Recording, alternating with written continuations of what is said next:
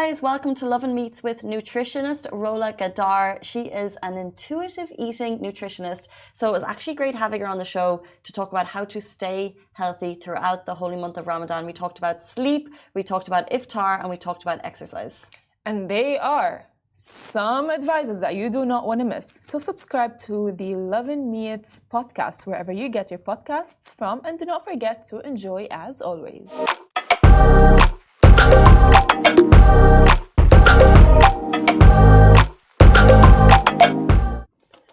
Welcome back to the Lovin Dubai show. Today's guest is Rola Ghaddar, who's here to share some valuable tips on maintaining a balanced diet throughout the holy month of Ramadan. As our eating habits often become less structured during this time, Rola is going to give insights on how to stay on track. Welcome to the show. We're so excited to have you. I'm excited to be here. Thank you for being here. Well, thank you so much, because I have a lot of nutrition questions. Yes, I'm ready. Yes. Well, I think we can for sure condense them in shortly, but of course, a lot of people struggle with having a balanced diet. True. And some of them think that skipping breakfast or skipping lunch or skipping dinner is healthy for them, of course. And with Ramadan, what do you think is the perfect or almost perfect, let me say, diet? So for me, I don't believe there's a perfect diet for everyone. I believe there's a diet that works for every one of us, and it has to be something that's personalized and that works for your life. But what I will share is guidelines, okay? And then everyone can see what from these guidelines they can take or they can incorporate into their lives. Because the idea of having something perfect always makes us feel like we're not doing enough, which is not a nice feeling, which is not very motivating. But whenever we focus on taking like one or two steps that are realistic for us, it's gonna make us a lot more motivated. Love that. So first, what I think a lot of people heard already is to like break their fast with dates and water or yogurt. Okay, I believe yogurt is a great drink to have during Ramadan because it's high in protein, it's high in probiotics, it will give us energy, it's great for the digestive system. So it's great to incorporate it either when we first break our fast or after iftar, if we're having a snack after, or if we're having a suhoor. And then because we didn't eat all day, our stomach is a bit like tense. So we don't want to start with like giving it a big quantity or giving it things that are hard to digest. So we start with the soup usually because it's soft and creamy and it's easier to digest than other food, and like the heat will ease us into the rest of the meal. And after that, what I personally recommend is to look at everything on the table and then ask yourself, what is it that will give me the most satisfaction right now? Because enjoying our food in Ramadan is also very important. I'm an intuitive eating dietitian, and intuitive eating, we believe that if you're satisfied now, you will eat less later. So the more you enjoy one of like the items or one of the foods that you're having at iftar, the less you will snack, the less you will have cravings after.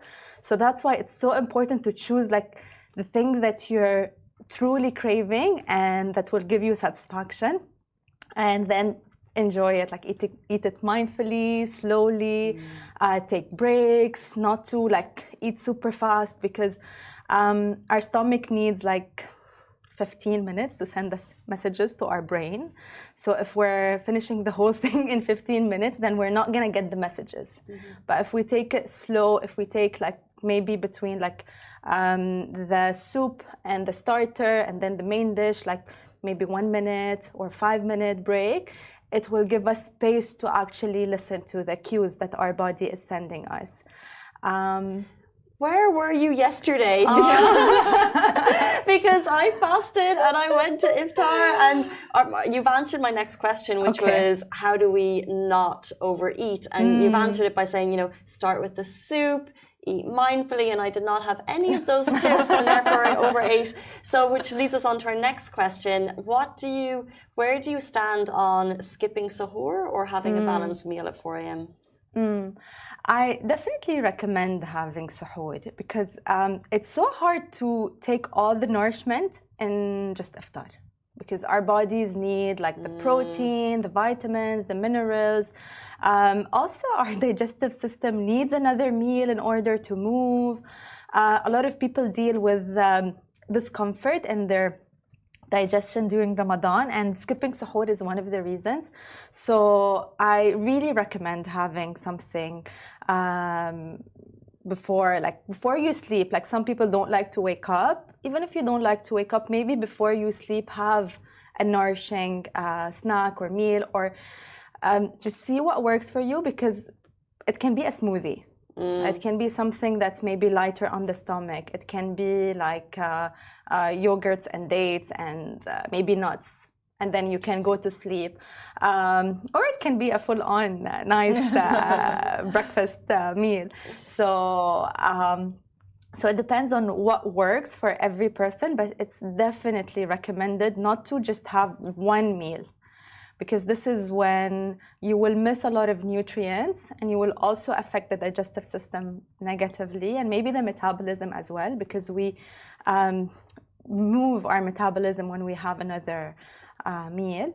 So I think that's it. Yeah. So you recommend not to miss suhoor? Yeah. Yes, for sure. I mean, I can never go on my day without suhoor. Of course, although I do crash.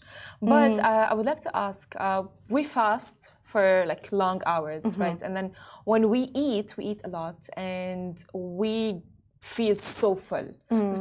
We even feel bad about ourselves. So how can we avoid that feeling of feeling full and feeling bad about ourselves? Because like it comes hand in hand, like, you know, feeling full and satisfied, like, you know, you're full, but then you as well feel bad. So I think what you're mentioning is the guilt feeling that we have after the meal is done, and you're like, why did I eat this much? I'm so uncomfortable. I don't have willpower. And then we spiral into negative thoughts about ourselves. What I recommend in this case is curiosity.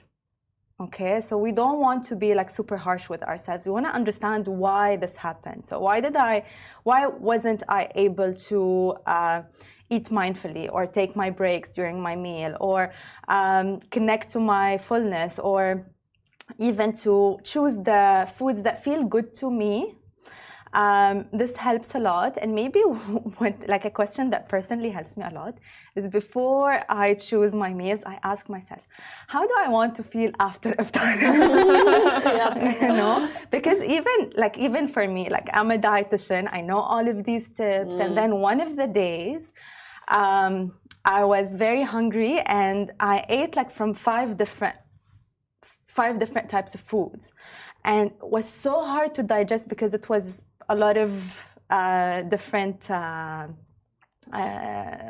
things to digest. So I couldn't sleep until 3 a.m. I had reflux. I didn't feel good at all. But how I dealt with it was, I was curious, like, why did I eat this much? What was the reason? And I just took note of what doesn't feel good for me. Like, eating 5 items at the same meal is not gonna make me feel good. So after that, I'm like, okay, 3 things, you know, and it worked. Interesting. Because I dealt with it with curiosity and with a gentle approach, rather than being so harsh with myself, saying negative things about like my willpower, or it's tricky though, right? Because you're presented sometimes with a buffet from around the world. Tricky one. Do you have buffet tips for us? Yeah, I think Ramadan is the most challenging month. Because it's the month where we're exposed to so much food, and so much food that maybe we're not exposed to in other months. So we feel the sense of, I can eat this only now. You know, like, that's the only time where I can eat this food. So it makes connecting to your fullness a lot more challenging. So this is why I really recommend to focus on like satisfaction, like anjad. If we enjoy the food we're having, we're not gonna feel like no, I have to finish everything. We're gonna be a bit more calm and to remind ourselves, food will be there tomorrow. Food will not run away. I think that's also very important to look at food with abundance and not scarcity. Because it's just psychologically we feel like we just like this is our only opportunity and we tend to eat more than we can. But for buffets, as you were saying, I would recommend the same things I said at the beginning, like the dates, the soup, and basically putting in your plate a smaller quantity than you would. Okay, so not filling your plate with a lot of food and then feeling like I have to finish everything. Like really look around, take a walk, check what do they have available, and then choose the things that are most satisfying for you, are nourishing, that will give you nourishment and pleasure at the same time. So really choose and then start with a small quantity, okay? Because this is your way to trick your mind to actually take a break. But if your plate is full, you're not taking that break. So you start with a small quantity, you sit down, you eat calmly and slowly, and then you're forced to take the break. Conscious eating. Conscious eating and breaks really like they're a game changer. Okay, so and I know it's hard in Ramadan. This is why I'm saying force yourself by putting a small quantity in your plate, because when it's done, you have to ask yourself like, do I still want? Or I'm full? And if I want, like, also start with putting a small quantity. If you want to add more, like, don't overflood your plate with like so much food. I hope we're all taking notes here. I have in my head like, what am I gonna do when I'm gonna have iftar today? So as well, by the way, during Ramadan, a lot of people, and they think that they want to lose weight, but some lose weight, some gain weight. True. So for people who would want to lose weight, how can they do that? Because like, you know, it's like iftar comes and after that, like, you know, like dessert come and then it's like suhoor comes. It's like there's no break. Good question. It's not a hard one. No, I'll answer it. So I'll reintroduce myself. So I'm an intuitive eating dietitian. I don't know if you heard of this approach, yes, of course. but this approach is weight neutral. So we prefer not focusing a lot on weight as a goal, but rather as a result. You know, so focusing on the health habits rather than just saying I want to lose weight or I want to lose X amount of kilograms, because at the end of the day, weight is not a behavior. Weight is the result of our behavior. So what I would recommend in this case is to choose health behaviors that are realistic for you to stick with in the month of Ramadan.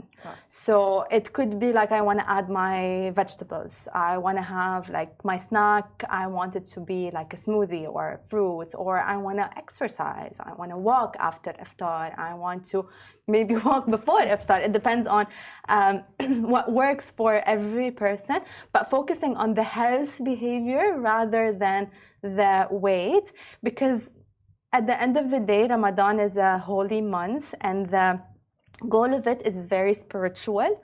So when we focus too much on weight and maybe counting calories and maybe feeling guilty about what we ate, this is going to take away our mental and emotional space, and we want that to really enjoy the like spirituality of this month. So what I'd recommend is health behaviors. Like this is the way to go. And then if you do those, you'd be proud of the fact that, okay, I've chosen my vegetables today and that will make you feel good, even if you overeat the veggies, like that's no bad thing.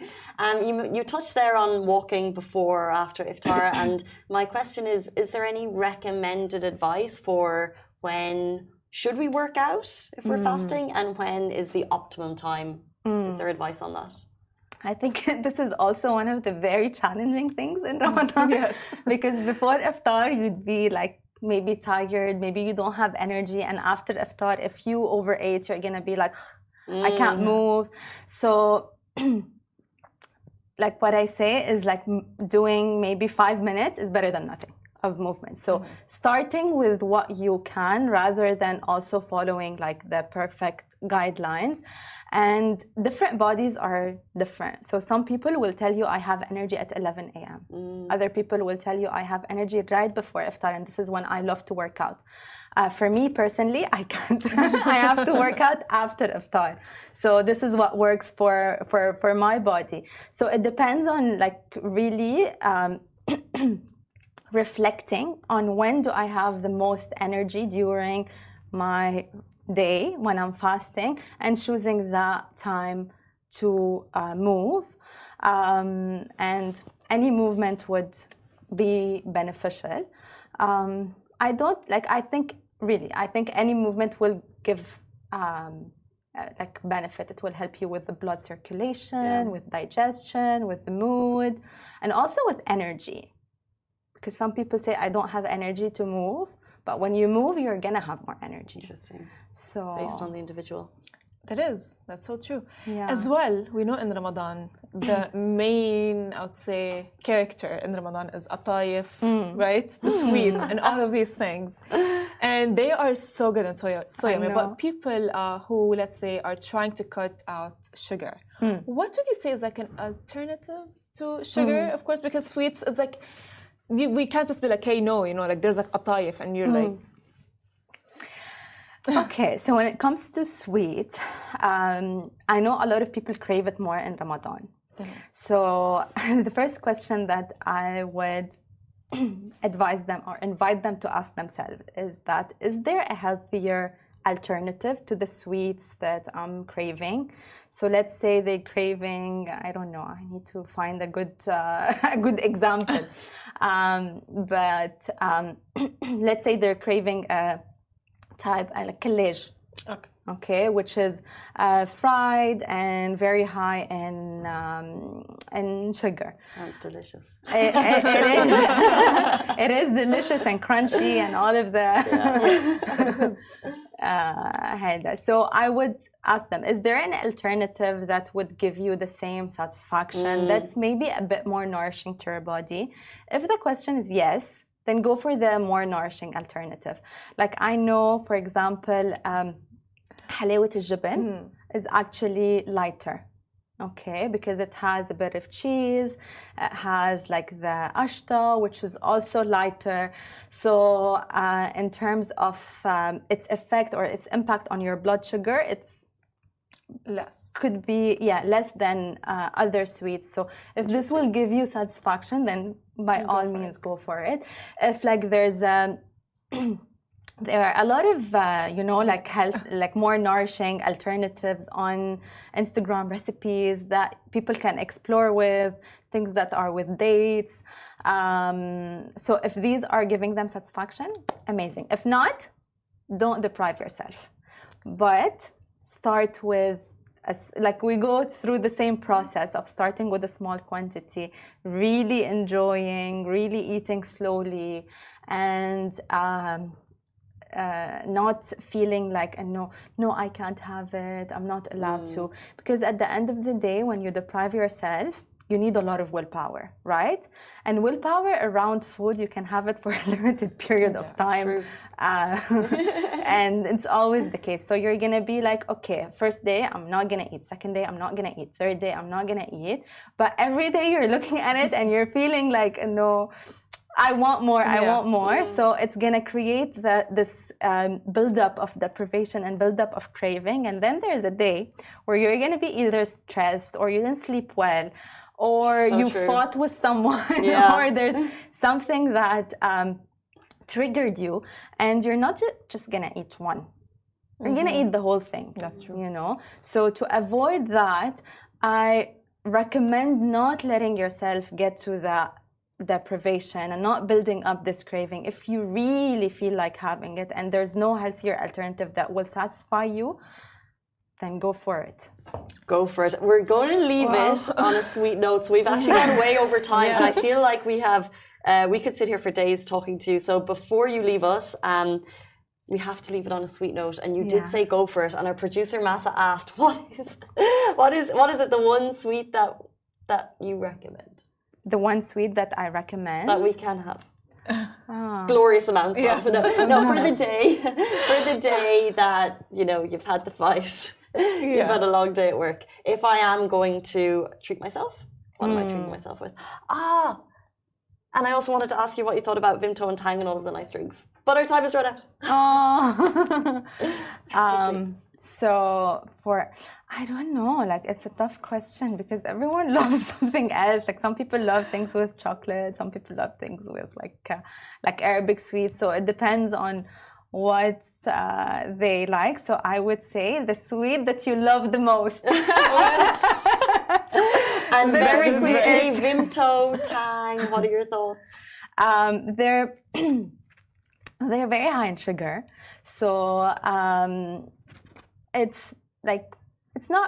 I wouldn't recommend having it every single day, but also like I wouldn't want people to feel like super deprived. So finding like an alternative to it that they can also have at iftar, like maybe flavored maybe sparkling water or something, or as I said, like the yogurt. So finding an alternative to it.